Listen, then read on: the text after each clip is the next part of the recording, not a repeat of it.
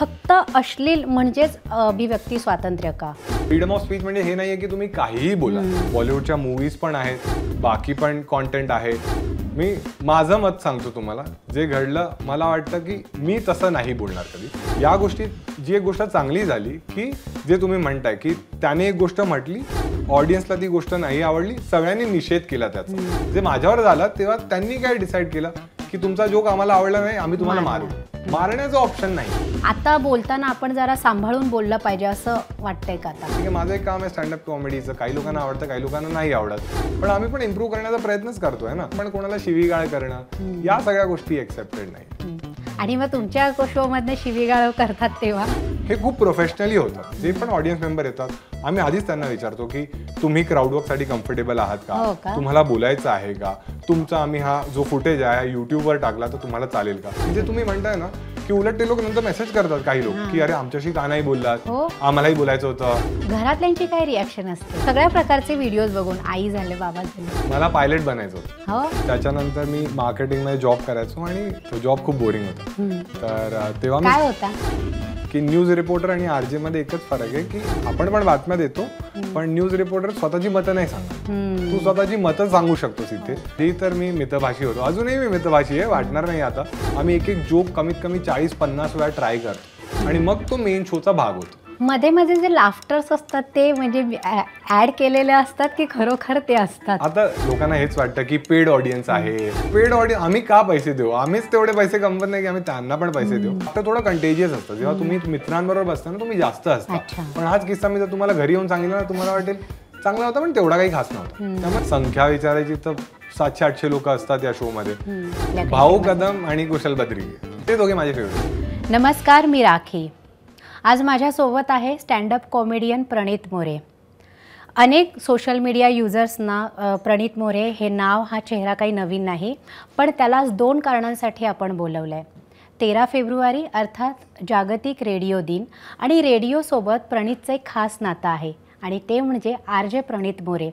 आता रेडिओ म्हटलं की बिन चेहऱ्याच्या आवाजाची दुनिया, पण याच दुनियेने एका चेहऱ्याला खऱ्या अर्थाने ओळख दिली. प्रणितमधला आरजे हा स्टँडअप कॉमेडियन कसा बनला, हा इंटरेस्टिंग प्रवास आज आपण त्याच्याकडनंच जाणून घेणार आहोत. माझ्यासोबत प्रणित मोरे आहे. खूप खूप स्वागत आहे तुझं ABP माझामध्ये. धन्यवाद. प्रणित, ह्या क्षेत्रात तू कसा आलास? म्हणजे आरजे तुला पहिल्यापासूनच बनायचं होतं की ॲक्सिडेंटली इकडे आलास तू? नाही, आरजे बनायचं कधी नव्हतं. कॉलेजमध्ये असताना वगैरे ती गाणी ऐकायचो FM वर आणि वाटायचं की काय छान बोलतात ते, पण असा कधी प्लॅन नव्हता आरजे बनण्याचा. पण MBA केलेलं मी. त्याच्यानंतर मी मार्केटिंगमध्ये जॉब करायचो आणि तो जॉब खूप बोरिंग होता. तर तेव्हा काय होता? मी इन्शुरन्स विकायचो. तर तेव्हा एक स्टँडअप मी करायला जस्ट सुरुवात केलेली आणि मग तेव्हा असं वाटायचं की जर स्टँडअपच्या टाईपचं काही काम मिळालं तर चांगलं वाटेल. तर म्हणूनच मग रेडिओमध्ये एक मित्र काम करायचा मला. तो म्हणाला की इथे तू ट्राय कर, इथे झालं तर सगळं सही आहे. तर मी म्हणालो ठीक आहे. तर फक्त त्याच हिशोबाने की फक्त तो जॉब सोडायचा होता म्हणून मी रेडिओमध्ये जाऊन इंटरव्ह्यू दिला आणि 2-3 राऊंड झाले आणि मग तो जॉब मिळाला. आणि एकदम म्हणजे बाय लकच म्हणू शकता की तसं माझं रेडिओमध्ये सिलेक्शन झालेलं. आणि तुझं जॉब प्रोफाईल काय होतं तिकडे? काय काय कामाचं स्वरूप काय होतं? काय करायचंस? स्टँडअपमुळे ते एक होतं ना की बोलायचं काय आहे. मतं, माझ्या बॉसने तीच एक गोष्ट सांगितलेली की न्यूज रिपोर्टर आणि आरजे मध्ये एकच फरक आहे की आपण पण बातम्या देतो, पण न्यूज रिपोर्टर स्वतःची मतं नाही सांगत. तू स्वतःची मतं सांगू शकतोस इथे. तर ते त्यांना आवडलेलं की त्यांना माहिती होतं की मला क्रिकेटमध्ये इंटरेस्ट आहे, बाकी सगळ्या गोष्टी मी वाचतो. तर प्रत्येक गोष्टीबाबत माझी मतं होती. ते मला तेच म्हणाले की मतं चांगली आहेत, नेगेटिव्ह आहेत, पॉझिटिव्ह, तो फरक नाही पडत, पण लोकांना ते वाटलं पाहिजे की अरे हा आपला मित्र बसलाय आणि तो काहीतरी सांगतोय. मग त्यांनी एक मराठी शो दिला आधी मला. गाण्यावरती हा शो यायचा, त्याच्यावर मी करायचो. कुठला शो? एक शो यायचा प्रणितचा शो, त्याचं नाव होतं. त्या मिरची मुंबई मराठी असं चॅनलचं नाव होतं. त्याच्यावर मी तो शो करायचो आणि खूप कमी लोक ऐकायचे, त्यामुळे माझ्यावर प्रेशर कमी होतं. पण मग हळूहळू जेव्हा मी चांगलं करायला लागलो आणि मग तुम्ही ऐकता ना स्वतःची रेकॉर्डिंग, जी माझी पहिल्या दिवसाची रेकॉर्डिंग होती वर्सेस 6 महिन्यानंतरची, तेव्हा मला कळलं की स्वतःपेक्षा तरी बेटर करतोय. बाकी लोकांना एवढं चांगलं नाही पण स्वतःपेक्षा बेटर करतोय. मग हळूहळू त्यांनी मला हिंदी शो पण दिला, मराठी दिला, मग मी बॉलिवूडच्या सेलिब्रिटीजचे इंटरव्ह्यूज करायला लागलो. मग तेव्हा थोडा कॉन्फिडन्स आला की की जमायला लागलं. साधारण किती वर्ष तू रेडिओमध्ये काम केलं? रेडिओमध्ये 4 वर्ष होतो मी, 19 पासून 23 पर्यंत. बराच काळ. हा, रेडिओमध्ये होतो, कारण तोपर्यंत गॅरंटी नव्हती की स्टँडअप मधून एवढे पैसे येतील का.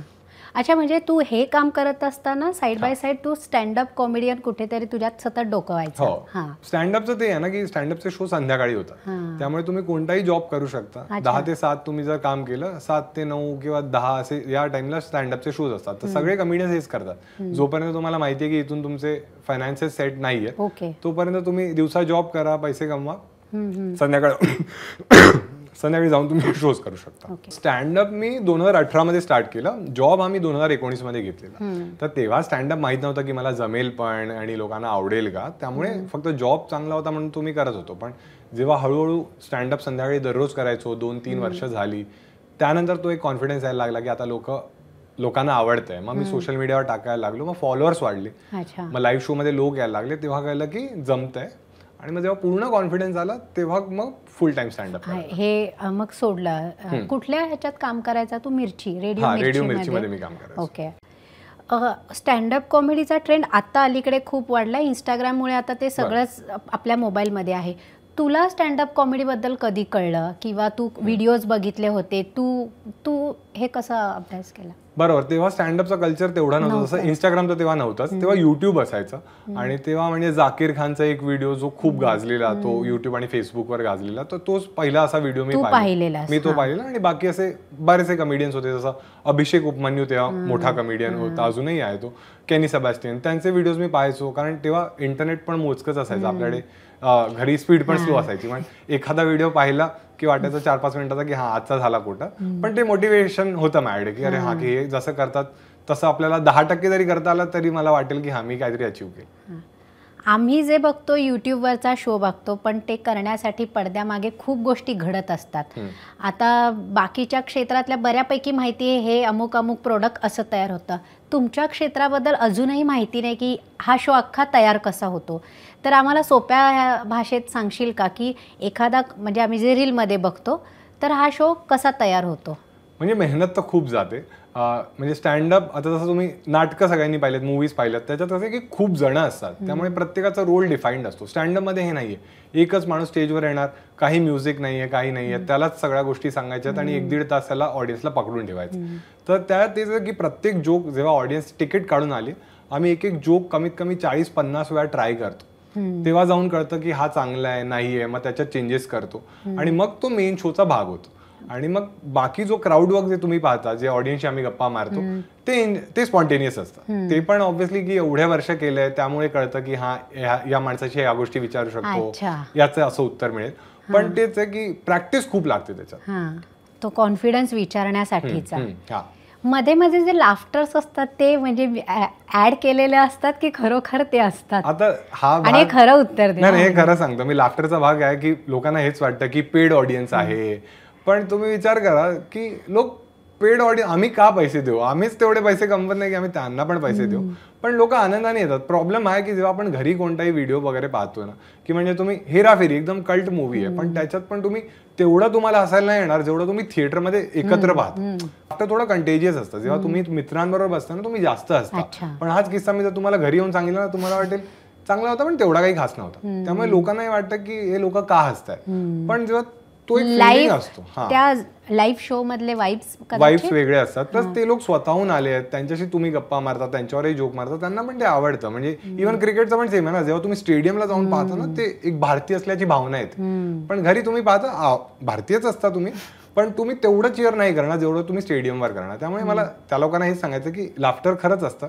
तुम्ही एकदा लाईव्ह नसतात ना, ते सगळे इफेक्ट नसतात, कुठे कुठे असतीलही पण खूप कमी जागी असतील. अच्छा, म्हणजे जे रील बघतो त्याच्यामध्ये नाही टाकलेलं असतं, हे खरं खरं असतं. ओके. प्रणीतच्या शो आता कुठे कुठे होत असतात? साधारण किती लोक तुझ्या शोला येतात आणि किती तासांचा तुझा शो असतो? हा 1 ते 1.5 तासाचा शो असतो. आता जो मी मराठी शो करतोय त्याचं नाव भूमिपुत्र आहे. आणि या शोचा आम्ही आता तरी महाराष्ट्र दौरा पूर्ण केलेला आहे ऑलमोस्ट. तर मुंबईमध्ये होत असतात, जसं आम्ही विष्णुदास भावेला केला शो, कल्याणमध्ये आमचा एक शो झाला, आता पनवेलमध्ये एक शो होतोय, दादरमध्ये एक शो होतोय. तर मोस्टली सध्या आम्ही ऑडिटोरियम शो करतोय. म्हणजे जर संख्या विचारायची तर 700-800 लोक असतात या शो मध्ये. तर ज्यांना पण बघायचं मोस्टली लोकांना माहित नसतं कसं बुक करायचं. एक्झॅक्टली, मी पुढचा प्रश्न तोच होता, याचे ऍड्स कुठे येतात? ऍड्स म्हणजे बुक माय शो एक पोर्टल आहे जिथे आम्ही याचे तिकीट्स लाईव्ह असतात. जसं तुम्ही मूवीचे तिकीट्स बुक करता, बुक माय शो मध्ये जाऊन जर तुम्ही कॉमेडी सर्च केलं, प्रणित मोरे पण टाईप केलं तुम्हाला भेटून जाईल, किंवा माझ्या इन्स्टा बायो मध्ये पण त्याची लिंक आहे तिकीटची, त्याच्यावर जाऊन तुम्हाला ज्या पण तुमचा एरिया जो जवळचा आहे तिकडची तिकीट तुम्ही बुक करू शकता. विषय जे निवडलेले असतात या कार्यक्रमासाठी, तर ती विषयांची निवड तुझी कशी असते? मला नेहमी हेच वाटतं की ज्या गोष्टी मला फनी वाटतात किंवा ज्या गोष्टींविषयी मला बोलायचं आहे त्या गोष्टींबद्दल मी बोलतो. जसं की क्रिकेट मला खूप आवडतं, क्रिकेटबद्दल मी बऱ्याचशा गोष्टी म्हणतो. काही लोक मेसेज पण करतात की दादा तो प्लेअर तर कोणालाच माहित नाही, तुला असं माहिती आहे, कारण लहानपणापासून ती क्रिकेटची एवढी आवड आहे की त्या गोष्टी पाहिलेल्या आहेत. बाकी मूवीज झालं, मूवीज मला पाहायची आवड आहे, तर ज्या ज्या गोष्टी मला आवडतात त्या गोष्टींबद्दल मी बोलतो. मिडल क्लास आयुष्य झालं, मराठी लोकांच्या प्रॉब्लेम झाले, मराठी आई बाबा ते काय काय गोष्टी करतात, त्या सगळ्या गोष्टींबद्दल मी आजूबाजूला घडणाऱ्या प्रत्येक गोष्टी. तू कधी असं वाटलं नाही की आपण कॉमेडी शोज जे असतात तिकडे कधी ट्राय करावं, किंवा त्याच्याकडे कधी असं हे नाही वाटलं की हेच बेस्ट? नाही, मला ते शोज पण आवडतात, जसं की हास्य जत्रा झालं, ह्या सगळ्या मी तू बघतो पाहतो. हास्य हो जत्रा? हो, मला अजूनही खूप म्हणजे हेवा वाटतो त्यांचा, कारण ते स्टँडअप कॉमेडियन्स आणि त्यांच्यात हाच फरक आहे की आम्ही एकच शो रिपीट करतो, त्यामुळे आम्ही तेवढे शोज युट्यूबवर नाही टाकत, पण ते लोक दर आठवड्याला नवीन करतात, त्यामुळे ते खूप मोठं टास्क आहे. प्लस ते लोक नॅशनल टेलिव्हिजनवर करतात, त्यामुळे बऱ्याचशा गोष्टी सेन्सरशिप असते, बऱ्याचशा गोष्टी ते लोक नाही बोलू शकत, तर त्यामुळे त्यांचं काम अवघड आहे, पण मला खूप आवडतं ते. तुझा फेवरेट कोण आहे हास्य जत्रेमधला, किंवा चला हवा येऊ द्याच्या आधी आपल्याकडे? भाऊ कदम आणि कुशल बद्री, म्हणजे त्यांची टायमिंग असं वाटतं की तेच स्क्रिप्ट विसरायची ऍक्टिंग करतात की खरंच विसरतात कळत नाही, पण तेच तरी मजेदार वाटतात. पण ते दोघे माझे फेवरेट. आणि हास्य जत्रा मधले? समीर चौगुले, ते मला त्यांची जी टायमिंग आहे, म्हणजे ते कोणतंही कॅरेक्टर करतात आणि असं वाटतं की हा रोल त्यांच्यासाठीच बनलेला आहे. प्रणित, जे तू स्वप्न बघितलं होतं किंवा जे तुला करायचं होतं ते तू केलं, म्हणजे जॉब करत असताना तू स्टँडअप कॉमेडीकडे वळलास आणि छान इथे सेट झालास. आता प्रश्न आहे की सध्याची स्टँडअप कॉमेडी जी आधी लोकांना माहिती नव्हती आता माहीत झाली, आणि आता असं झालं की कुठे चाललोय आपण सगळे, तर फक्त अश्लील म्हणजेच अभिव्यक्ती स्वातंत्र्य का? म्हणजे थेट प्रश्न तुला. असं तर नाहीये, पण बघा त्याची डेफिनेशन पण वेगळी आहे ना, की म्हणजे काही गोष्टी जसं तुम्ही बघाल 50 वर्ष आधी त्या बोलणं म्हणजे एक टॅबू होता, आता त्या गोष्टी बोलण्याबद्दल लोक कम्फर्टेबल आहेत, काही गोष्टी बोलल्या गेल्या पण पाहिजेत. पण हा तेच आहे की फ्रीडम ऑफ स्पीच म्हणजे हे नाहीये की तुम्ही काहीही बोला, पण ते पण आहे की म्हणजे जर ऍज अ परफॉर्मर तुम्हाला हे समजलं पण पाहिजे की ऑडियन्सना काय ऐकायचंय. काही वेळा असं होऊ पण शकतं की ऑडियन्सला तुमचा जोक नाही आवडणार, किंवा कदाचित तुम्ही लाईन क्रॉस कराल, तुम्ही चुकीच्या गोष्टीही बोलाल, तर मग ऑडियन्सची पण ती जबाबदारी आहे की तुम्ही सांगा आर्टिस्टना हे आवडेल, की आमचं काम नेहमीच चांगलं असेल, सगळ्यांना आवडेल हे माहित नाही. आमचं इंटेन्शन हेच असतं की ऑडियन्सला ते काम आवडावं, पण बरेचदा ऑडियन्स आम्हाला सांगतं, जे तुम्ही म्हणताय, बरेचदा आम्हाला मेसेजेस येतात की हा जोक आम्हाला आवडला नाही, याच्यामुळे आमच्या सेंटिमेंट्स हर्ट झाले आहेत किंवा काही असेल. आम्ही ते जोक्स एडिट करतो, आम्ही ते जोक्स हटवतोय, कारण आमचा नेहमी हेतू हा आहे की आम्ही एखादी हे एंटरटेनमेंटच आहे ना, की आम्ही लोकांना एंटरटेन करावा. हा कधी नाहीये की कोणाला पर्सनल अटॅक केला, कोणाची सेंटिमेंट्स हर्ट कराव्यात. पण तेच आहे, जर तुम्हाला आवडत नसेल तर तुम्ही त्या गोष्टी बोला, आम्हालाही ते आवडेल. म्हणजे जसं तू मगाशी म्हणाला की याच्यावर बोललं गेलं पाहिजे, पण जर टीनेजर आहे, मोठा वर्ग तुम्हाला फॉलो करणारा आहे, त्यांच्या डोक्यात आपण म्हणजे त्या विषयाची त्यांना कल्पना नसताना त्यांना या विषयाशी ओळख करून देणं, आणि जर सहजता एवढी परफॉर्मन्समध्ये येत असेल तर ते घरात बोलतानाही ओके आम्ही हे ऐकले, आम्ही बोलताना मग तिथेही मर्यादा नाही राहणार, असं नाही वाटत का? जी गोष्ट आता तुम्ही म्हणताय, आता जर त्या प्रकारचा शो आहे तर आम्ही त्या शोची लिमिटही ठेवतो. मोस्टली तुम्ही मुंबईतले किंवा कोणते स्टँडअप शो जर तुम्ही अजूनही जर बुक माय शोवर जाऊनही पाहाल तर त्याच्यावर एज लिमिट असते की जर तुम्हाला शोसाठी यायचंय तर 18+ ही तुमची एज असायला हवी. जर अडल्ट आहात तरच तुम्ही या शोला येऊ शकता. बाकी व्हिडिओमधला भाग पण हा असतो की व्हिडिओमध्ये पण आम्ही ते मार्क करतो की नॉट मेड फॉर किड्स, आणि बऱ्याचशा गोष्टी आम्हीही प्रयत्न करतो की ज्या गोष्टी आम्ही मॉनिटर करू शकतो आणि ज्या गोष्टी आम्हाला वाटतात की हा या योग्य आहेत किंवा या इथपर्यंतच गेल्या पाहिजे तिथपर्यंत आम्ही पुश करतो. आता बाकी गोष्टी झाल्या तर तेच आहे, नेहमी तेच मग आर्ग्युमेंट येतं की बॉलिवूडच्या मूवीज पण आहेत, बाकी पण कॉन्टेंट आहे, तर आता कुठे कुठे तुम्ही कुठे मॉनिटर कराल, तुमचा फॅन वर्ग कोणता आहे. आता समजा उद्या 4 वर्षाची मुलं पण व्हिडिओज पाहतील, मग त्यांच्यासाठी तुम्ही काय कॉन्टेंट बनवाल. तर त्यामुळेच हे आहे की आम्ही रेस्ट्रिक्ट करण्याचा प्रयत्न करतो, पण प्रत्येक गोष्टच तुमच्या हातात असेल अशी नाही. ओके. कालच एक प्रसंग घडला एका नावाजलेल्या शोबद्दल, जे काही सगळं कॉन्ट्रोवर्सी सुरू झाली. प्रणित मोरेचं ॲज अ स्टँडअप कॉमेडियन त्याच्यावरती काय मत आहे, आणि थेट म्हणजे एका शब्दात घडलेली घटना बरोबर आहे की चुकीची? मी माझं मत सांगतो तुम्हाला. जे घडलं मला वाटतं की मी तसं नाही बोलणार कधीच, पण तेच आहे की या गोष्टीत जी एक गोष्ट चांगली झाली की जे तुम्ही म्हणताय की त्याने एक गोष्ट म्हटली, ऑडियन्सला ती गोष्ट नाही आवडली, सगळ्यांनी निषेध केला त्याचा, ठीक आहे, आणि त्यानंतर त्यांच्यासाठी FIR पण दाखल झाली आणि लोकांनी सांगितलं की ही गोष्ट नाही होऊ शकणार, हे नाही चालणार. पण लोकांनी लिगल प्रोसिजर फॉलो केली. कळतंय तुम्हाला की लोकांनी हा मार्ग चूज करायला हवा. एखादी गोष्ट तुम्हाला आवडली, तुम्ही लिगल मार्ग चूज केला, सो दॅट काय की तुम्ही सांगितलं की तुम्ही चुकीचे आहात पण आम्ही बरोबर आहात. जे माझ्यावर झालं तेव्हा त्यांनी काय डिसाईड केलं की तुमचा जोक आम्हाला आवडला नाही, आम्ही तुम्हाला मारू. मारण्याचा ऑप्शन नाही. म्हणजे हिंसेचा ऑप्शन तुम्ही का चूज करताय? तुम्ही त्या आर्टिस्टला सांगा काय चुकलंय आणि तुम्ही ऍक्शन घ्या.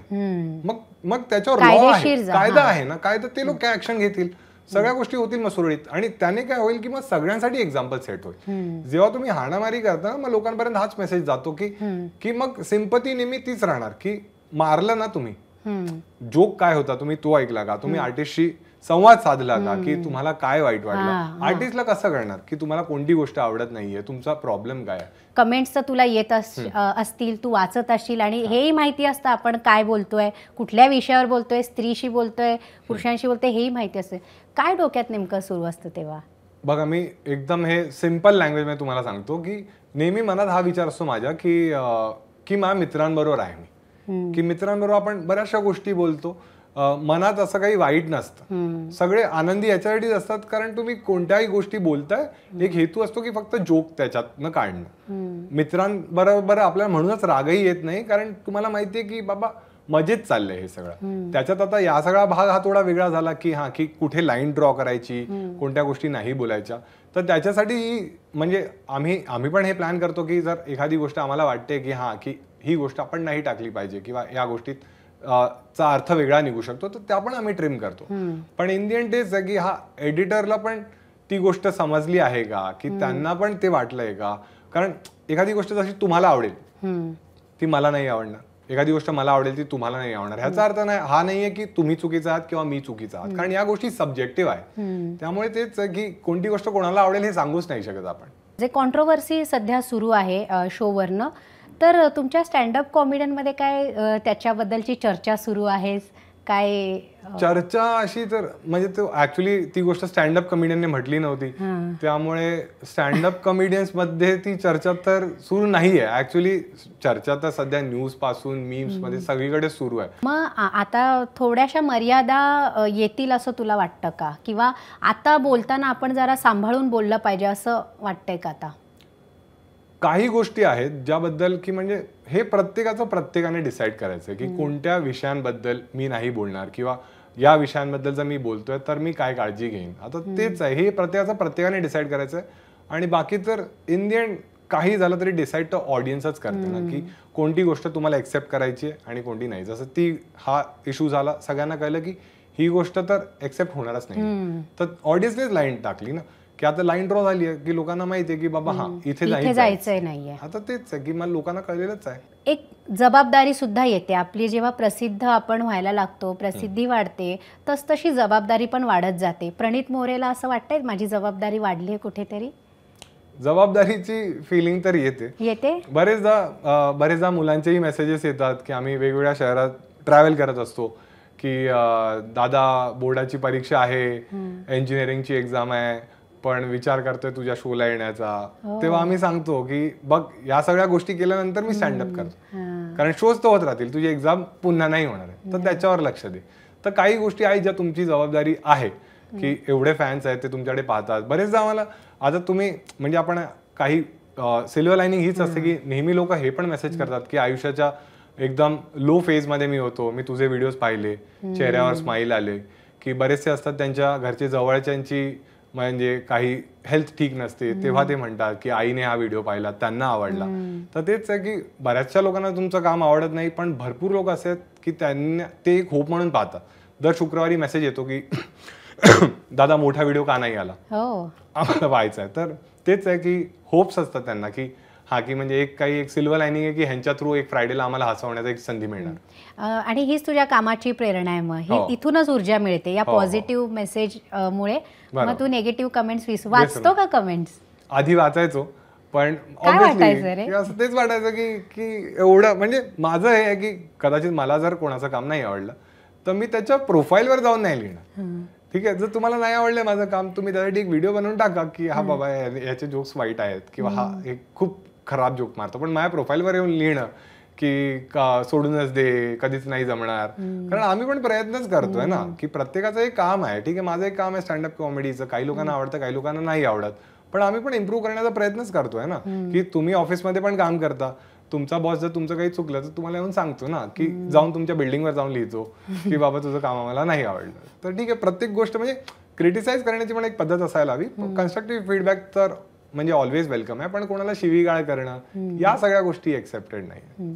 आणि मग तुमच्या शो मधनं शिवीगाळ करतात तेव्हा याच गोष्टी आहेत बघा की मित्रांमध्ये जेव्हा तुम्ही एखाद्याला शिवी देताय किंवा एखादा शब्द तुम्ही बोलताय ते थट्टा मस्करीमध्ये, पण ते चार भिंतीत असतं ना, तो संवाद चार भिंतीतला. इथे तुम्ही हजारो प्रेक्षकांसमोर ते सगळं बोलत असता. कोणतीही गोष्ट शिवी देणं किंवा डायरेक्ट असं एखाद्या ह्याच्यावरती बोलणं, ज्या गोष्टी तुम्ही म्हणताय ना या गोष्टी आमच्या शो मध्ये होतात. ठीक आहे, जे ऑडियन्स आले ते पाहण्यासाठी आले त्यांच्याशी, आणि असं नाही की कोणाला पकडून सरळ त्याला शिव्याच दिल्या. ठीक आहे, एखादा जोक असतो किंवा प्रत्येक गोष्टीचं कॉन्टेक्स्ट असतं. ठीक आहे, आता एखादा जर तुमच्या या एपिसोडचा पण मी एखादा पार्ट काढून टाकला तर वाटणार की अरे ह्यांनी ही गोष्ट का म्हटली, पण जेव्हा तुम्ही कॉन्टेक्स्ट समजता तुम्हाला कळेल की हे काय आहे. ठीक आहे, आम्ही आणि हे खूप प्रोफेशनली होतं. जे पण ऑडियन्स मेंबर येतात आम्ही आधीच त्यांना विचारतो की तुम्ही क्राऊडवर्कसाठी कम्फर्टेबल आहात का, तुम्हाला बोलायचं आहे का, तुमचा आम्ही हा जो फुटेज आहे युट्यूबवर टाकला तर तुम्हाला चालेल का.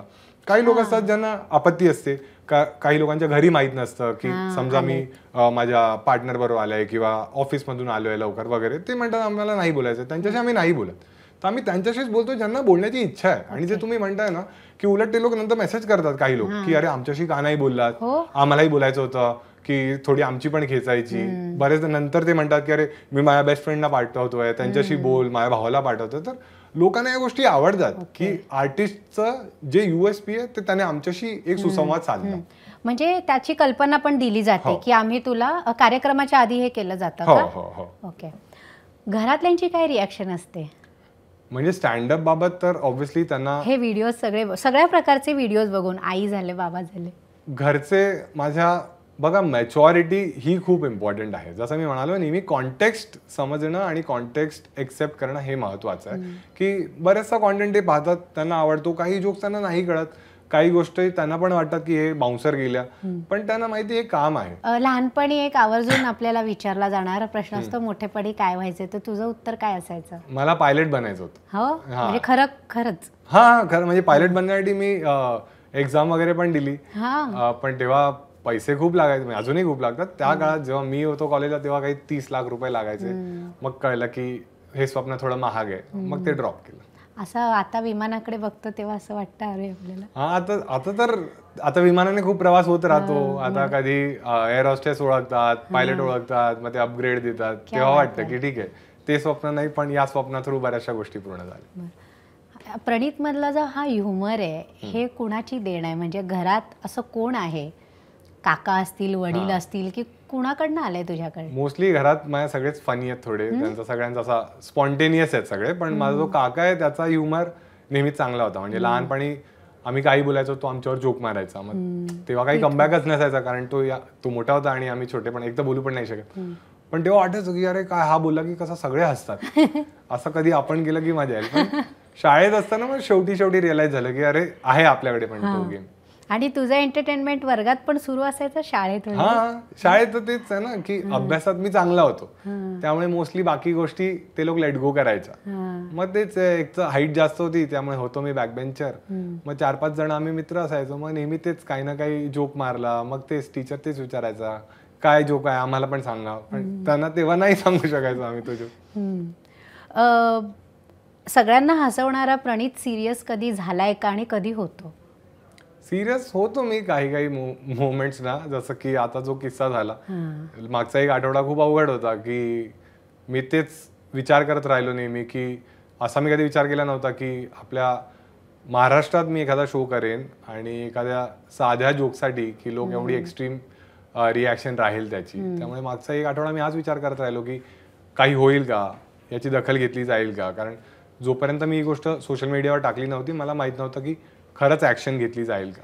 पण जेवढा प्रतिसाद लोकांनी दिला, लोकांनी ते न्यूजमध्ये कव्हर केलं, सगळ्या सोशल मीडिया पेजेसवर ते नोंद झाली त्याची, त्याच्यानंतर ॲक्शनही घेतली. त्यांना आता जे मेन अक्यूज होते त्यांना पण काल अरेस्ट झालेली आहे.